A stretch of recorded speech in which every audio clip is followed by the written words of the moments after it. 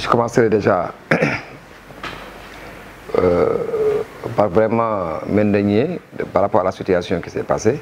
Ça a été très dur pour les marchands ambulants, qui ont vécu vraiment une journée noire. Il faut rappeler que c'est une couche sociale quand même qui fait partie de notre jeunesse, qui effectivement contribue certes à l'effort économique. Ce qu'il faut reconnaître aussi par rapport à cela, comme vous l'avez dit, c'est pas la première fois qu'il y a eu effectivement cet incendie à Petersen.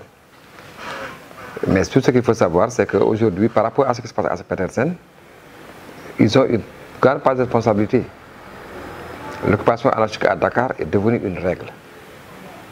Et mon combat de tous les jours, c'était effectivement de lutter contre l'occupation illégale de la voie publique. Quand on cherche aujourd'hui à déguerpir les marchands ambulants, ce n'est pas pour leur faire la guerre. C'est pour au moins rétablir la sécurité publique. Le premier constat, déjà, on parle du marché de Petersen. Ce que je peux vous dire, que Petersen n'est pas un marché. Petersen est une gare routière qui n'a même plus sa raison d'être. Mais malgré cela, le marché s'est imposé, ou bien a été imposé par les marchands ambulants établis, qui aujourd'hui s'accommodent effectivement à cette réalité de Dakar. Depuis 2015, quand j'arrivais déjà à Dakar, ça avait effectivement coïncidé à un incendie qu'on appelait le fameux incendie criminel à l'époque, qui avait fait couler beaucoup d'encre.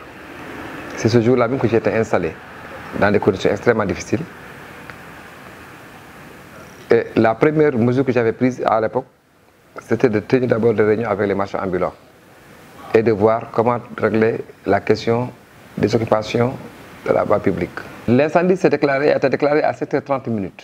À 7h34, les sapeurs étaient sur les lieux. Mais il était impossible d'accéder sur les lieux pour circonscrire le feu. Il a fallu refaire des détours pour effectivement trouver des mécanismes pour effectivement essayer de circonscrire le feu. Et voilà le résultat. À chaque fois qu'on va enlever des gens, ils pensent qu'on les combat. Ce qui n'est pas le cas. Et concernant Petersen, je le dis solennellement, le maire de Dakar Plateau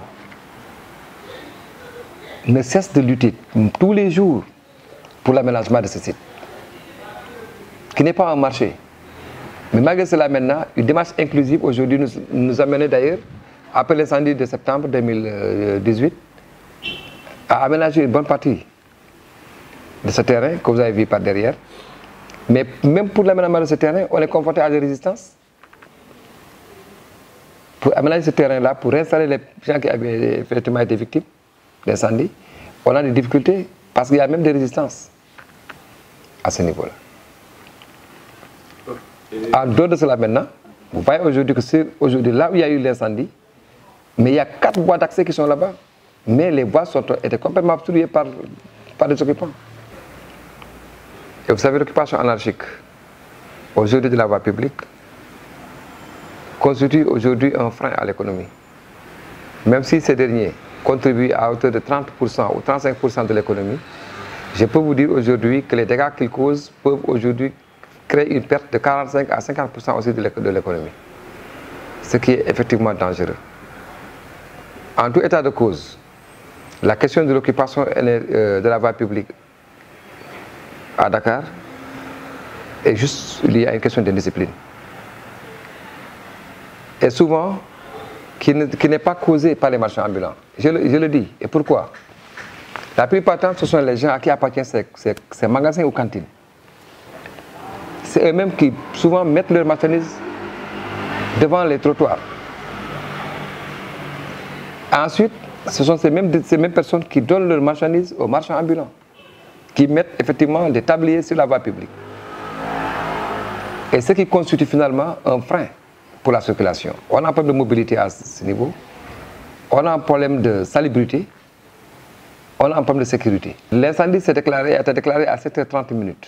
À 7h34, les sapeurs étaient sur les lieux. Mais il était impossible d'accéder sur les lieux pour circonscrire le feu. Il a fallu refaire des détours pour effectivement trouver des mécanismes pour effectivement essayer de circonscrire le feu. Et voilà le résultat.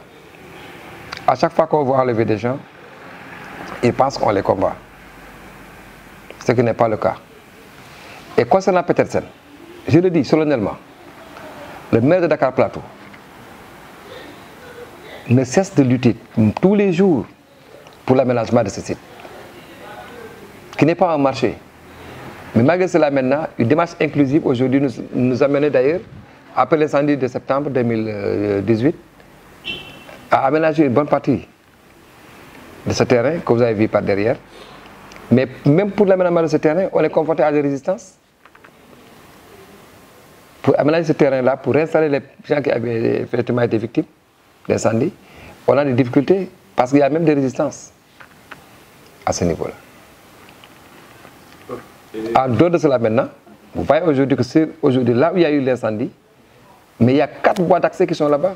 Mais les voies étaient complètement obstruées par des occupants. J'ai toujours dit que l'occupation illégale de la voie publique ne peut pas faire l'objet de négociation. Les gens pensent que demain dans sama doole lu ma neex def. Et j'ai dit que la première mesure qui va être prise aujourd'hui, c'est effectivement de restaurer, comme je l'ai dit, les voies d'accès. Que les gens libèrent effectivement les occupations anarchiques. Libèrent les voies publiques, la voie publique. Parce que ça ne peut pas être négocié, ce n'est pas possible. Les commerçants doivent aller dans les marchés. Ils doivent avoir leur cantine. On ne peut pas occuper du matin au soir la voie publique sous le simple prétexte que demain dans sama doole. Et en cas d'incendie, ce sont des centaines et des centaines de millions qui partent en fumée. L'État est en train de prendre toutes les dispositions pratiques. D'abord, par la mise en place des bruits d'incendie, on a reçu des institutions que tous les maires, dans toutes les communes, en tout cas, inscrivent l'espace ouvert dans le budget et que ces bruits d'incendie soient opérationnels. Aujourd'hui, vous allez à Gueule-Tapée, il y a aujourd'hui le maire qui est en train de vouloir reconstruire le marché à Plateau. Le maire Alioune Ndoye est en train de faire des efforts immenses. Aujourd'hui, non seulement pour refaire Petersen, mais pour même refaire Sandaga. Mais il y a des gens tapés dans l'ombre, exactement, qui essaient toujours de torpiller ce genre de projet-là.